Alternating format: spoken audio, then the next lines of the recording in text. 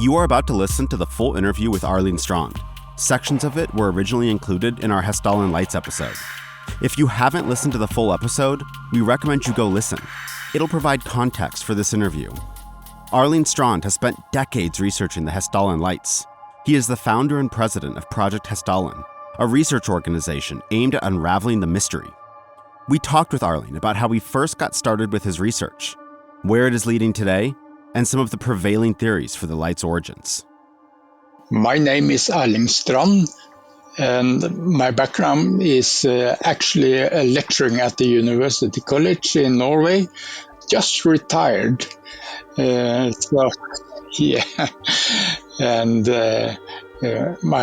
my field of topic at the university is computer science, lecturing students. That has been my main work for many years. We got information from the press. Actually, the newspaper in the early 80s wrote a lot of stories from Hessdalen because there were so many sightings of strange lights going on up there.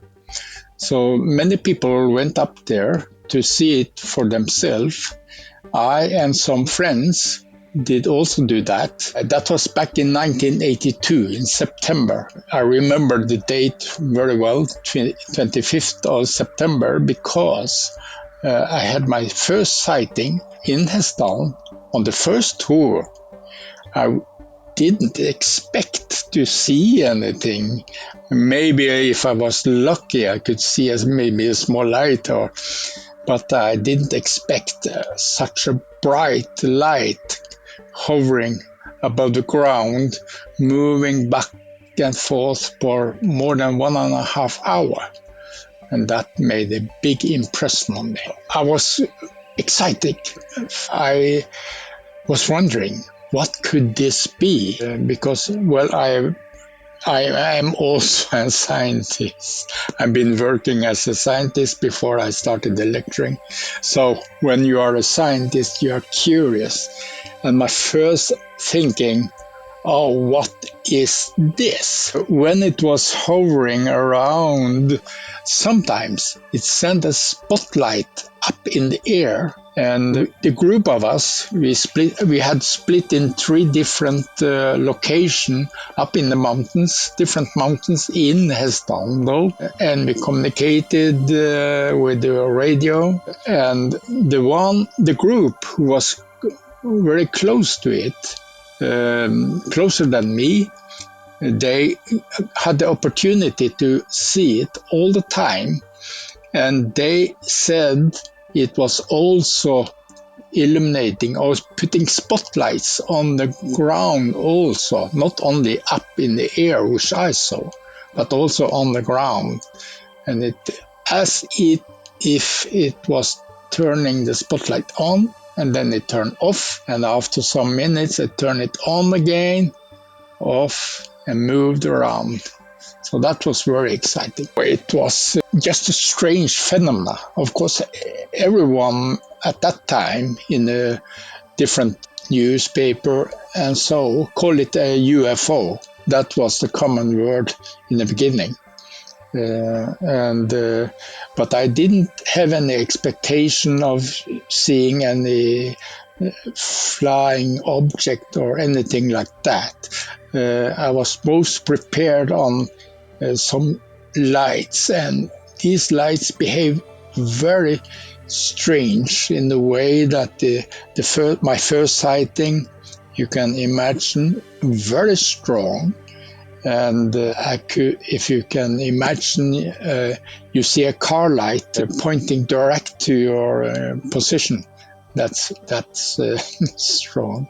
So yeah. So after that, when did you start Project Hessdalen? Well, we all went back home after this tour to Hessdalen, weekend tour, and everyone was discussing why doesn't that university do some research, or why doesn't that research facility do anything? And everyone, many people talked about that. So I and some friends, we gathered at the cottage, I think more than, well, close to 1 year afterwards, in the summer of 83. My first sighting was in September 82. So in June 83, we gathered and discussed what could be done with this. We discussed also the fact that no one did do anything. No research facility did do anything. So then we decided, well, let's try ourselves. We started Project Hessdalen, and the work was ongoing.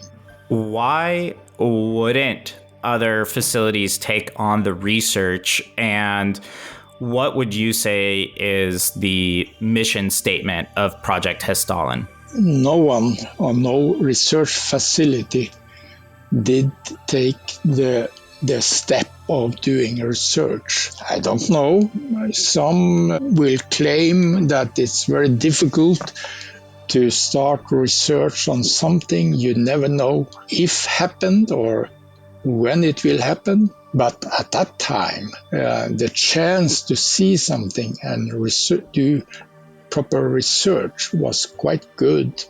So I don't buy their statement. It could also be that, of course, when you're doing research, you need funding, and you have to get the necessary funding for doing that. So that's also a process. So that could also be a reason.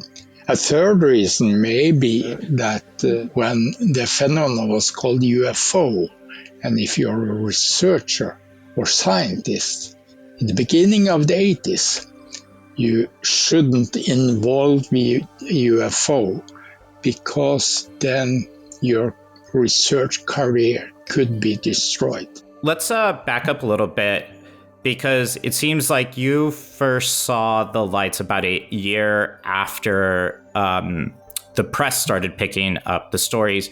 Could you tell us a little bit about the first documented sightings of the lights? Well, the people living in the valley started to see very much of it in the late 1981, late November or December 1981. The stories started to come from the people up there. But we have found stories from before that too. And when we have talked to people, they said, well, I saw something some years ago. So the first documented report of a light phenomenon in Hessdalen is from 1967. So that's actually 14 years before this big sighting started. Do you know what that sighting in 1964 said? Did they describe what they saw at all? We have managed to let them write down exactly what they saw, and they were not old. It was first tour. They were on the cottage alone. I think they were 14, 15 years only. They were exciting to be alone at the cottage, and they was really frightened, because just on the other side of the lake from this cottage, they saw this bright light down below the horizon, and it was moving up they was moving, and they was really frightened. So they actually decided they didn't dare to be in the cottage anymore. So in the middle of the night, they actually decided to walk back home, which was a distance of close to, I would say, 15, 16 kilometers, 2 small kills. And are there any records of strange lights in the valley before that, or does that seem to be the first time that the lights appear? It seems to be reports from before that as well. When we have talked with old people up there. They have told about what they've seen when they was kid. So we have some few stories from the old people telling about some of the sightings. However, it hasn't been so much as it was when it started in 81. But it seems, based on the stories the old people told us, and also there is a local history book covering this place, which write something about a light, but must take into account it's only, I think it's one or two stories in the local history books, so it's not much. But I think we have to take into account to be written about in local history books, then it must have been a great sighting. You said that the time with the most frequent amount of sightings was 81. Could you tell us kind of what the frequency of the sightings at the time were, and has it changed at all over the decades? Yeah, the sighting started to increase. It started in December 1981, and in the winter of 82, it was very many reports coming in. Based on the reports we got, at the most, it was 20 observations in a week. At the most. And if you know that the valley is only 10 miles long, so it's a small valley, and with such a big number, I will say 20 observations a week in such a small valley, that's huge. And this high activity started to decrease in 1984. It continued with a high activity in the winter of 82 and also in 83. And in 84, during the winter of 84, when we had the first field investigation with a lot of people, we got a lot of sightings at that time as well.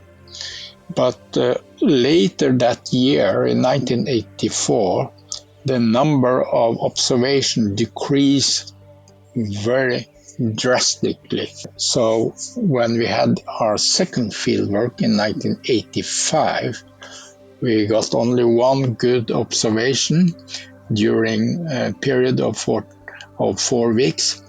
But in 1984, when we had a similar fieldwork, the number of observation was in around 50. So, yeah. Do you have any explanation or any thought of why the sightings decreased? We don't have any good explanation for why it decreased.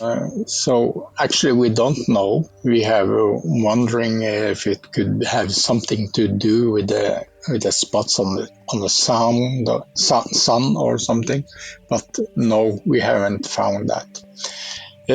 I could also mention up to 20 observations a week at the most, that we have these lights.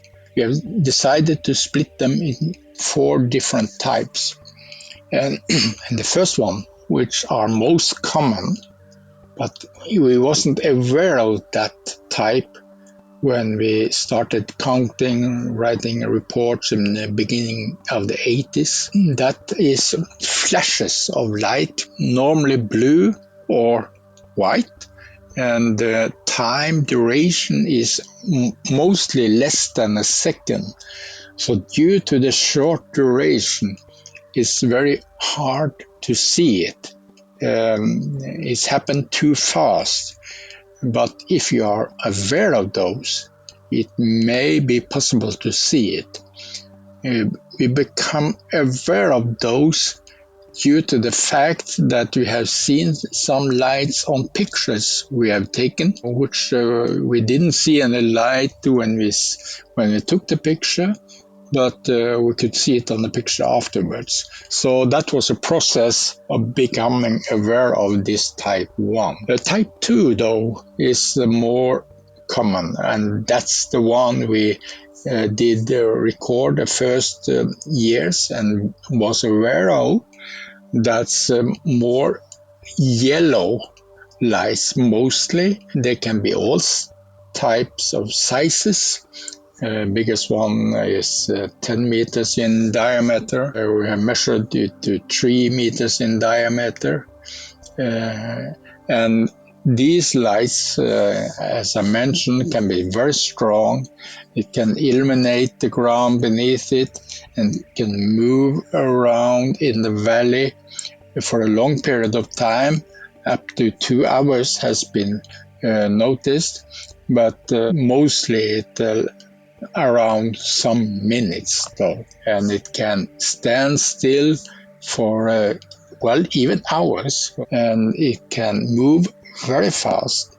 On one occasion we did measure the speed by one of our instruments, a radar, and the speed of this yellow light was 30,000 kilometers an hour, and that was type 2. Maybe I should mention the two last types too. Type 3, that consists of several lights which seems to be connected in one way or the other.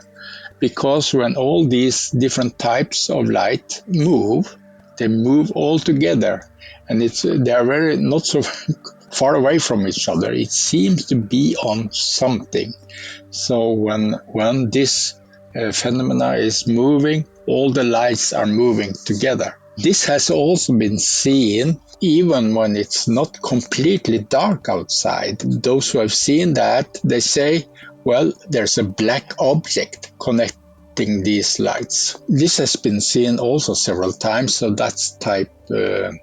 The 4th type, which are not so common, is more seldom, but I think we have to consider them and take them into account when we study them, is more daylight sightings.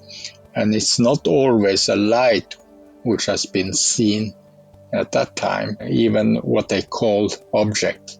And of course, these sightings has been mostly, well, the people see that has been mostly shocked or most surprised, and they make the biggest impression when they see such kind of lights.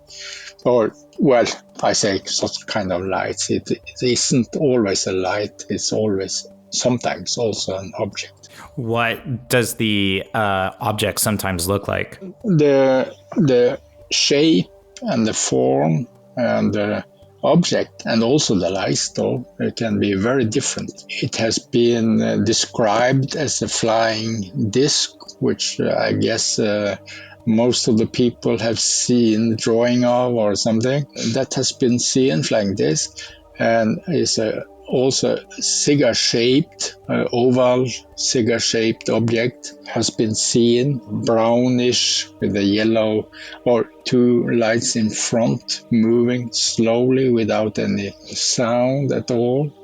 And you have also many other different descriptions of the phenomena. We have one drawing only showing a black thing, a black, well, they will call it an object. And also, when we're going back to the lights again, and which has been seen in when it's daylight outside, it is possible to see lights also when it's light outside.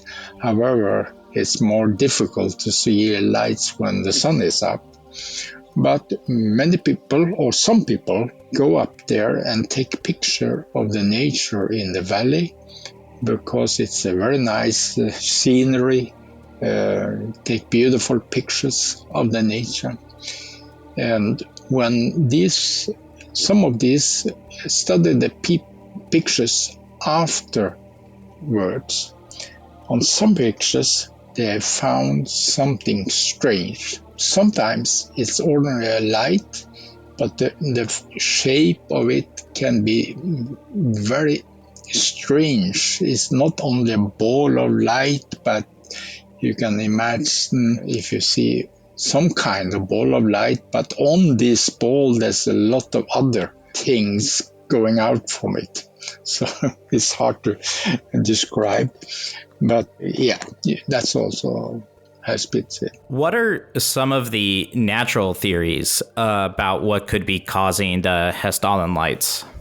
The natural theories, there's several different proposals, though, of natural theories. One theory, or I would say hypothesis, is not one proposal. It's a natural battery in the valley, because you have one elements which are most in one of the valleys. That could be elements which can be found in a battery. So that's why they call it a natural battery. I will say I'm not a really big fan of that explanation, because the amount of voltage which make this battery is depending on the elements which are in use.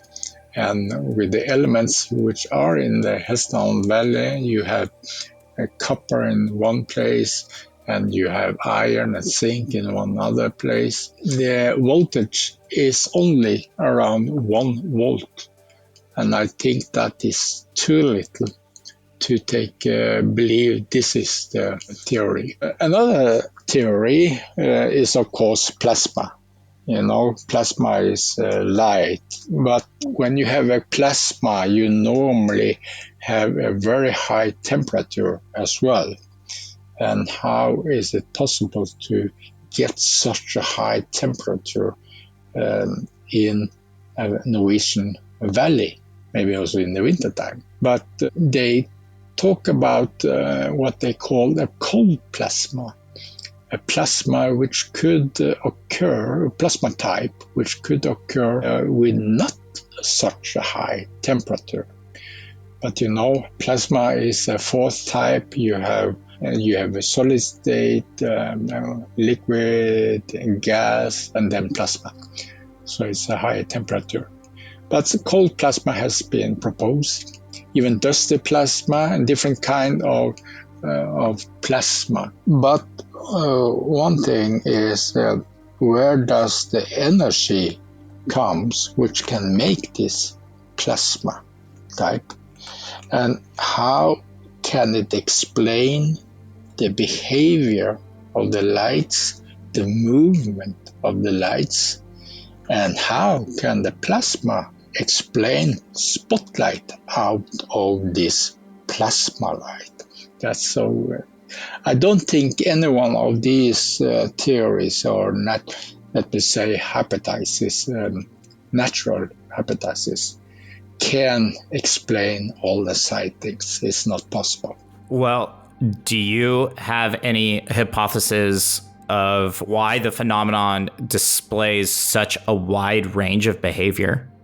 I don't have any good explanation on that, and that is also one of the reasons why it's become more and more mysterious the more we study it, because it's very difficult to imagine that, for instance, the type 1, the blue or white flashes which last less than a second, is the same as the balls of light hovering above the ground for minutes. It's very difficult to see any connection with that one.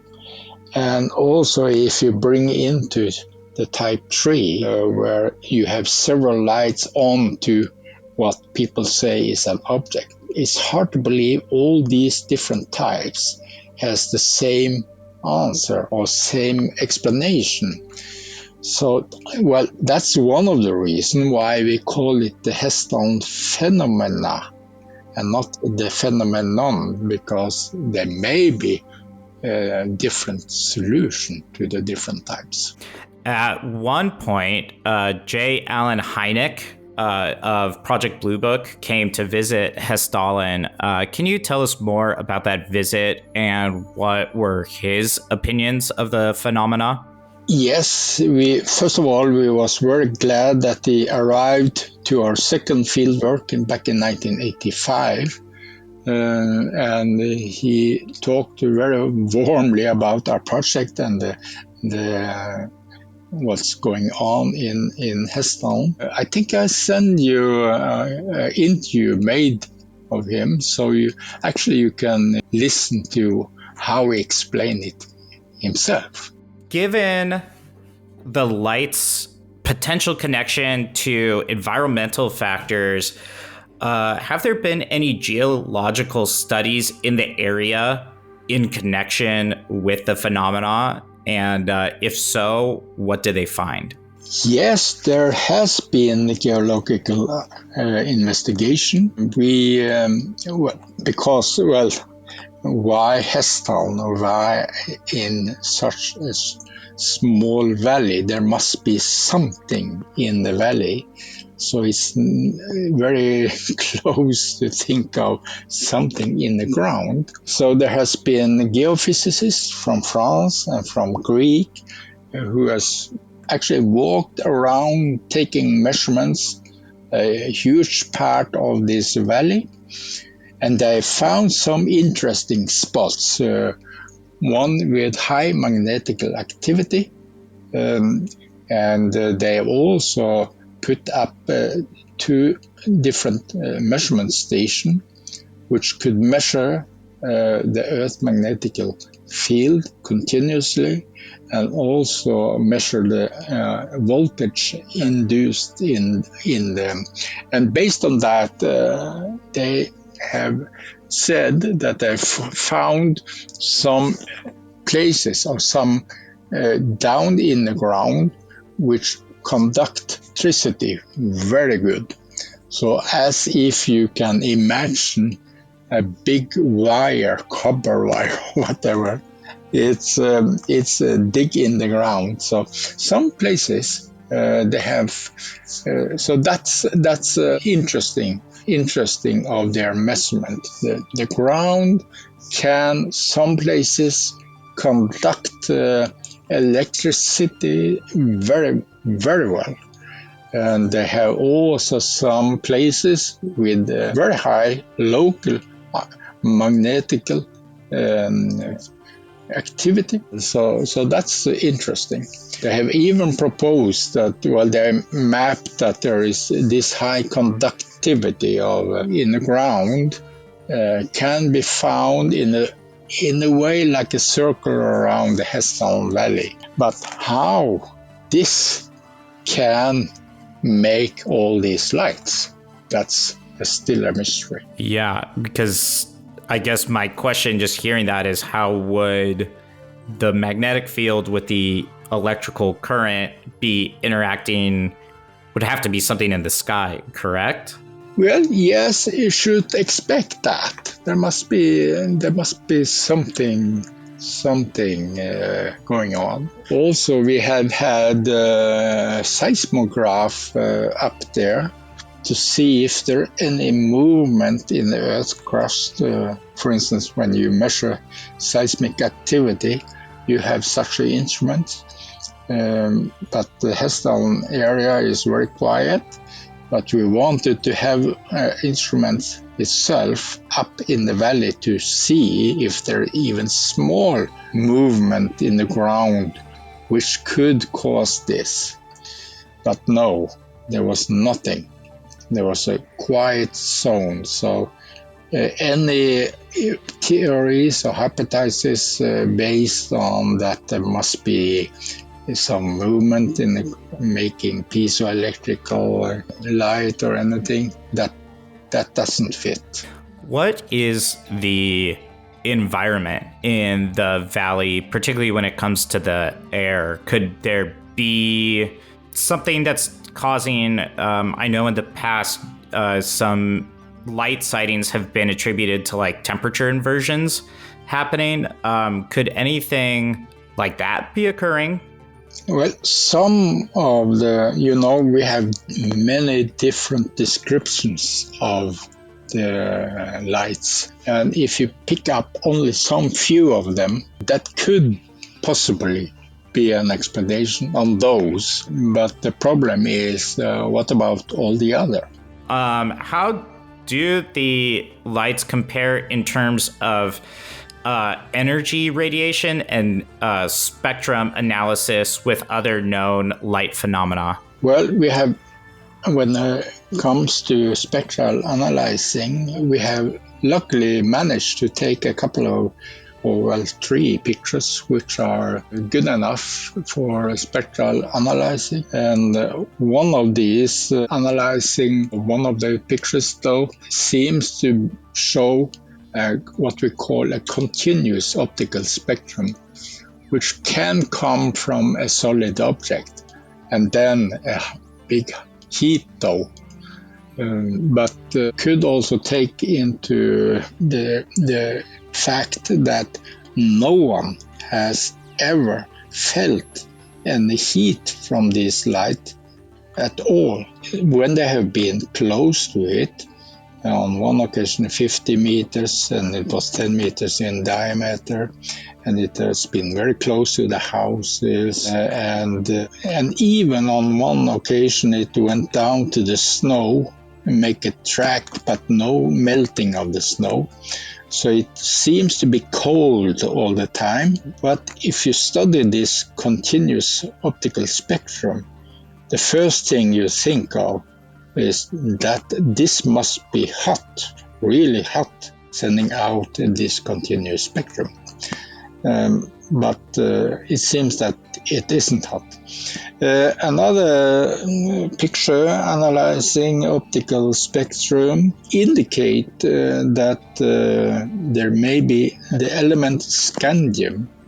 It's a rare element which could be seen in the optical spectrum from the light, though. But I could also mention that another thing with the first picture I mentioned, with the continuous optical spectrum, it indicates also that the UV part of the light seems to be very high. We didn't have an instrument itself to measure the UV lights, but what was made onto the picture, it indicates that there is a high part with UV light, which is very interesting.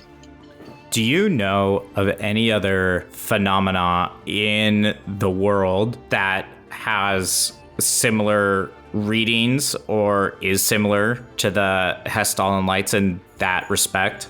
I know only some few, and actually I've been to some places myself and done measurement both in Australia and Mexico and in the States. And on my experience on these places, it seems to be the same thing as in Hessdalen, the same type of descriptions of the light. For instance, in Australia, when we saw the flashing blue or white lights, it's the same thing as in Hessdalen. So for me, it seems to be the same thing all over the world. And you have no explanation for what it is? No, not yet. We hope to be able to do the proper research or proper instrumentation. We have some indication based on the instruments we already have used. For instance, magnetical activity, when it's high magnetical activity in the atmosphere, it seems that the probability to see the lights is higher. We have also measured some other magnetical pulsations and so on, cooperate some on this. But we would also like to have more of such readings. Another thing which I think is interesting is the fact that some of the participants taking part in the expedition we have organized up there, when they were standing out with their camera ready for taking pictures, they said it was like you stood in a boat out in the ocean, a waving feeling. You felt as you were out in the ocean. And the fact that can make you feel like that is if the brain or your inner ear is in a part of a very low frequency electromagnetic radiation, which is very strong, or it can be infrasound. At that time, we didn't have any instruments for measuring that. We have only the talks from scientists who have studied this. So to make it short, we would like, or actually we in the process, or in the new Project Hessdalen, we want to pick up the instruments we know will give us, or have previously anyway, given us interesting readings. And if you got more of these readings and also can compare with other measurements around the world, hopefully we can get a little bit closer to the solution. Yeah, could you tell me about the old Project Hessdalen? When did it start? What did you find? When did it end? And then the new Project Hessdalen. Well, we started Project Hessdalen back in 1983. That's the first one. And we had two field works. We started the project in the summer, and in the winter we had a field work with a lot of instruments, a lot of sightings. We did a lot of different measurements, which was very interesting. Well, actually, the people who are interested in all the details can find it on the website, hessdalen.org, or oldhessdalen.org to be exactly. But the second field work in 85 didn't give so much result, only one great view, so we thought it was gone.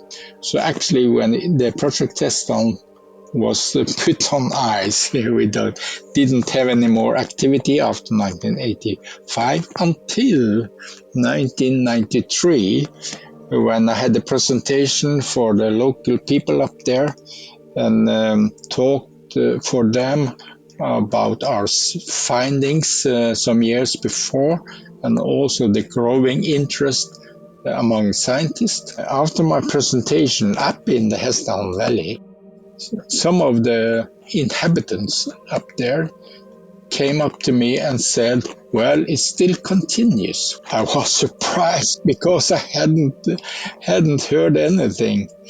And I commented that, I haven't heard anything.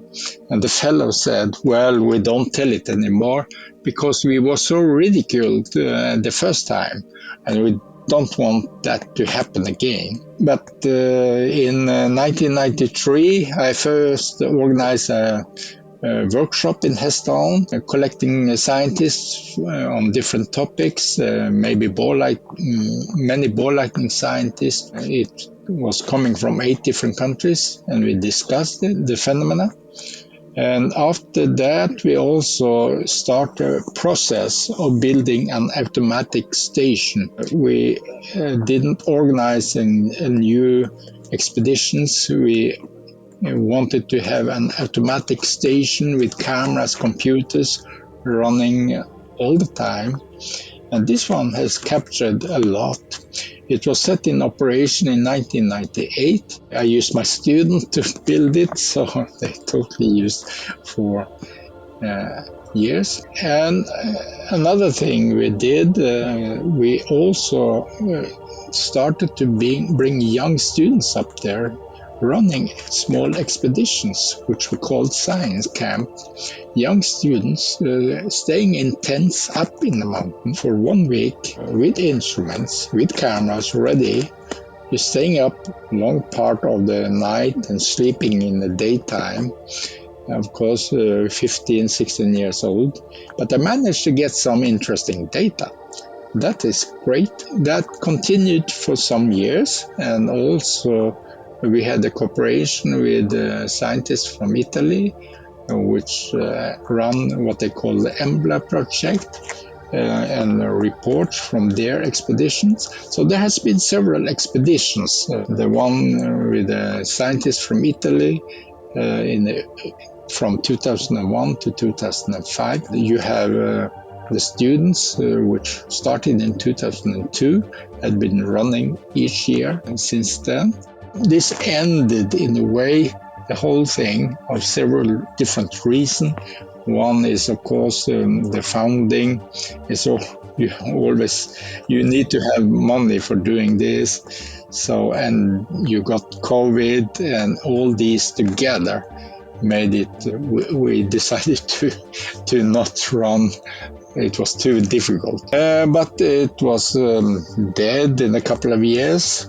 But quite recently, I think 1.5 years ago, we decided to make Project Hessdalen work again, and we have made it as a non-profit organization with people who are willing to do the science up in the blue box instrumentation system, get the good instruments into it. So now we are in the process of getting the funding necessary to get the proper instruments.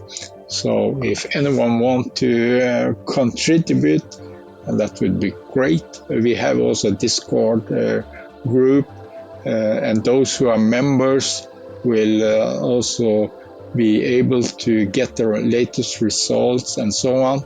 So we are searching for members on this new non-profit organization, Project Hessdalen. Well, we're going to make sure to include links to all of that in our show notes. So our listeners should go look for that. And I know Ray is part of the Discord also, and has been kind of blown away by all the research you're doing. And it's one of the main reasons that we're covering this story. I did want to back up real fast about the automatic measuring stations. Could you describe to us how those worked and any notable findings from there? Yes, we had cameras connected to a computer, which analyze the pictures from the camera, and if there is any interesting, it store the picture and also a short video sequence of that sighting. That's the main instrument, you can call it, in the blue box, and that one gives a lot of interesting pictures. It's during a year I have up to 50, 60 a year, well at the most also a little bit more than 100 with interesting sighting this camera and the video recording has been captured. We have also had some other instruments. We have had an instrument which measure the electromagnetic radiation in a very low frequency radiation. And the reason why we had a focus on that one is based on this waving movement, which could be due to very low frequency radiation. We didn't measure any very strong radiation which could make such waving movement. However, we can, if you can listen to the sound from this electromagnetic radiation, if you have a proper device which transform the electromagnetic signals to sound. And we have found that this sound of actual noise in a way, it changes. You can hear when this phenomena is coming. So it seems that there is some kind of connection to very low frequency radiation as well. That has been in operation for some period, but not so very long. We have also had weather station running in the blue box, or actually outside the blue box, because we have, well, one of the things we wanted to find out if there is any connection with, for instance, humidity. Based on the flashing, it seems that this is more regular, more easy to see when it's a low humidity. So weather station has also been in operation. We have also had the magnetometer running for a period of time, but it's not in operation now because, well, you know, this is Russia, this environment the blue box is staying is cold winters, it's wet, it's windy, the instruments need to be really rough to be able to stand that. The instruments we have used has many of them worked for a period of time and then it doesn't work anymore. So, but the one who has been in operation very good period of time is the camera with the video, and it does capture the phenomenon. How has the Østfold University helped support the research in Hessdalen? Well, Østfold University College, which I had been working in, as long as we used student in our work, I have used students in building the automatic station, a lot of computers and stuff inside that's made. As long as I use students in the work, they have been positive, they have supported. However, not much money. So, but enough to have it running. Also. Can you tell me about the collaboration with the Italian SETI team that you mentioned, and what were the results of their research? Yeah, the Italian SETI team, we had a very good cooperation with them. Actually, it started back in 1994 when I had a workshop, scientists from different countries, and one of those participated. We was invited to Italy the year after, 1995, to have a presentation for scientists down there. And just before 2000, I think it was 1998, one of the bosses up down there wanted to see it for himself, went to Hessdalen when we was up there, and he did see it, and he was hooked of this, of course. And from 2000, I think, or 2001 was the year when he decided to let several of his people go up in Hessdalen and do research in a period of time. They made reports every year. They had their field work in 2001, 2002, 2003. And they have made their reports, which can also be found on this website. It's possible to download and read this technical scientific report. I could mention that these Italian, their main work is to have instruments for studying the universe. They have a big antenna picking signals from the universe and make their own equipment for doing that. So they are very professional in their work. So several of the instruments they were using in Hessdalen during the Embla period was instruments they have made themselves, because they are professional, make their own instruments.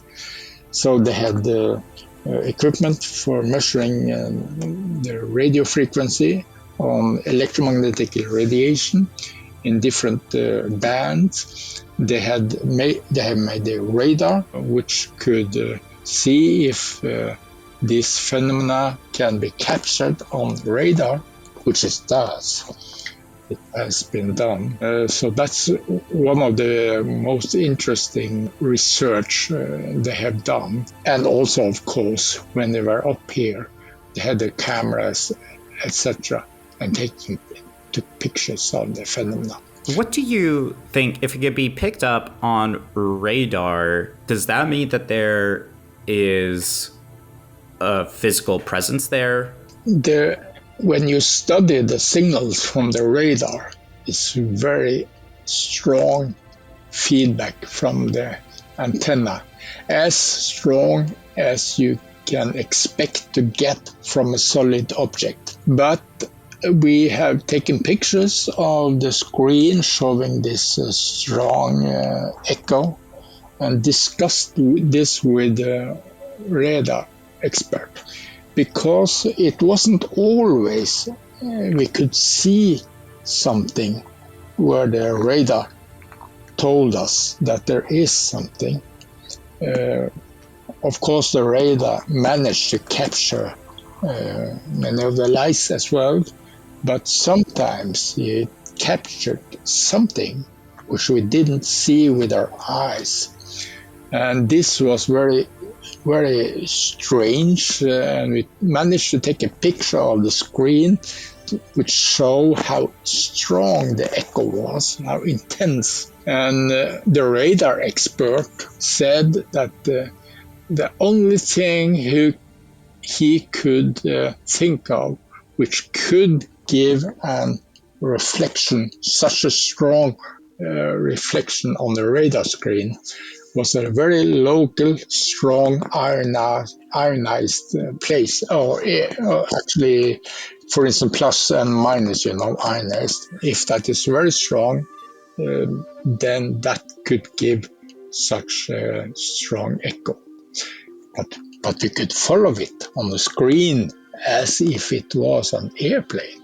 Do you think St. Elmo's fire could be the same phenomenon, or is it different? Well, if you think of all the different descriptions, I could say that some of them could fit with St. Elmo's fire.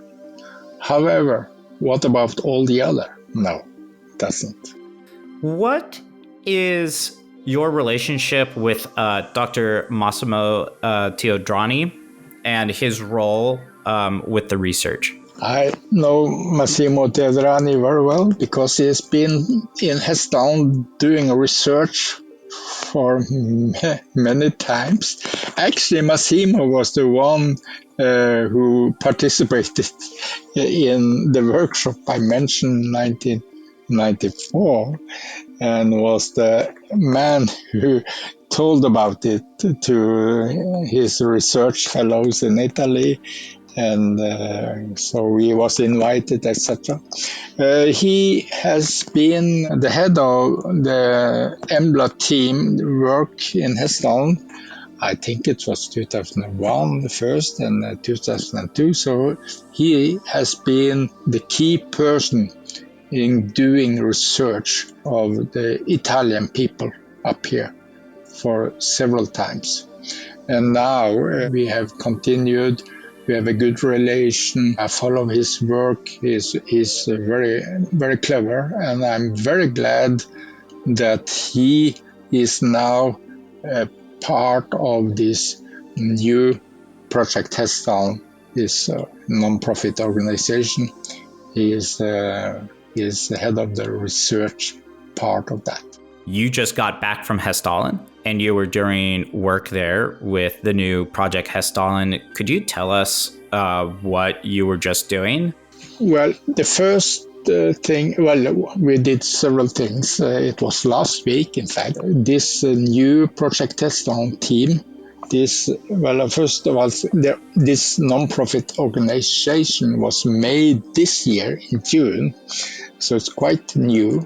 We have a team of people which has been cooperating on the net, So this was an opportunity to meet for the first time in physical, so real face to face. So that was very good and important.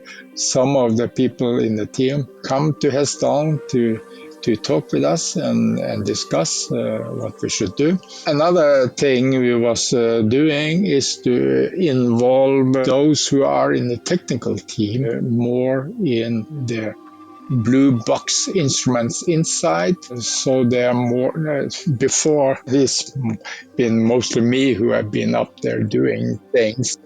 But now we have a young, clever person who is not living that far away. He's part of the team. He's living in Trondheim, is about 120 kilometers away from Hessdalen Valley. I have more than 500, so I could go there so many times. But anyway, we managed to come together, talk, and look at the instruments in the station, and also continue the discussion of what kind of instruments we really need up there. What kind of instruments do you feel that you really need up there? Well, several. You need better cameras. The quality on the camera, which are taking alarm pictures now, it's not good. It's an old camera. So we need better camera, which can capture more of the details in the lights and the movement, etc.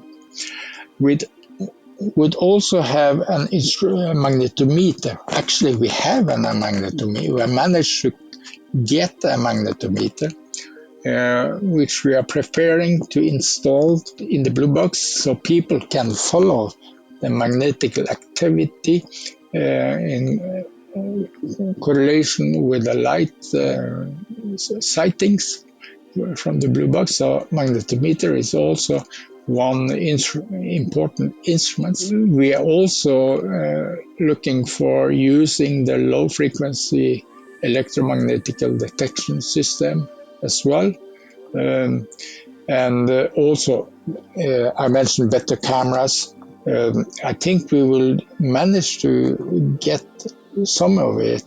We need more cameras. We want not only looking from the blue box, which is one place in Hessdalen, we want the cameras also located on the other places in Hessdalen, so it's possible to triangulate, etc. So that's also some of our plans, to find out the real distance to these lights. And of course, we have several. We are discussing these different kind of instruments we want to put in operation, and of course, the weather station, though, as simple as that. How can the public or enthusiasts get involved or contribute to your ongoing research and this nonprofit?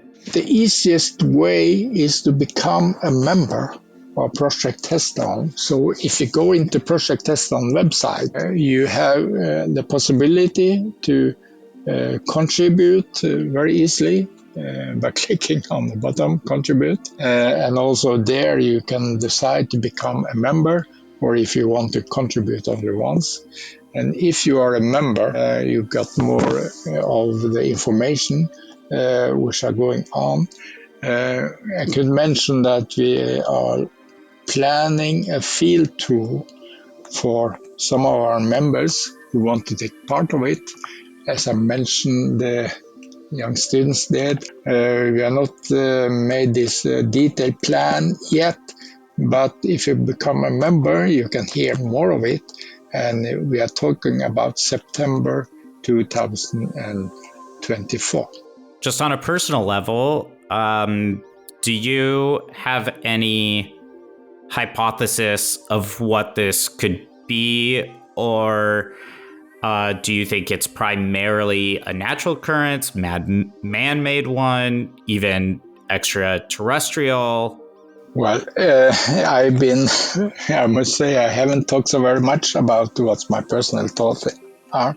I don't want to be captured in one theory. I may have and look at the data which prove or disprove that one. I can say that the more data we get, so far, it has been more mysterious than you can imagine. For instance, I mentioned the heat based on the picture, and no one has ever felt the heat. That's one thing, and if it's invisible in a way when your radar sees it, and we cannot see anything. And if you look at some of the reports, or not many though, but some who have seen this in the daytime, one of the stories is that during a clear weather, nice summer weather, in fact, he was sitting, resting, and then out from nowhere, suddenly, and what he explained as an object, suddenly start to be seen out from nowhere. So if you can imagine, you are looking out in the air, nice, and then suddenly some object slowly start to become clearer and clearer. So as it comes from some invisible part and become visible. I want to tell one small thing which could be really big, because if you think of the power, if you think of the light which can last for minutes or even hours and illuminate the ground beneath it, there must be some kind of power. And where does this power come from? So that is also one of the questions we want to find an answer on. I mean, the implications around what these lights could be in a million different directions, from I know 0 point energy's been thrown out, the plasma, the heat. I think the work that you're doing is incredible and very important. Why do you feel it's so important to study this phenomenon? I mean, you've been doing it for decades at this point, so why? Well, first of all, I'm curious. That's a simple answer, but I know that some of the questions we have, where does the power come from? You know, power is always needed in our living, and we take power from places which doesn't necessarily are clean and so on. So if it could lead us to a clean power source, that's one thing. And also we have our nature, and I feel we know only a part of our nature, but we treat the nature as we know everything about it in it. We do things with our nature which could have, and we know of several of it, can have dramatically consequences. I think if we know more about all the factors which is part of our nature, we may be more aware of what we are doing. A special thanks to Massimo Teodorani for allowing us to use his music as the underscore for this episode. You can listen to more of his music under his artist name, Totem Tag, on Bandcamp. A link is in the description. If you enjoyed this episode, please leave a review on your favorite podcasting app. It helps get this content in front of more listeners, which means we can produce more episodes more often. Visit our website at www.strange-phenomenon.com for a full list of sources and more episodes. Strange Phenomenon is hosted by Ray Tarara. It's written and produced by RJ Blake and Ray Tarara. Theme music by Tara Monk.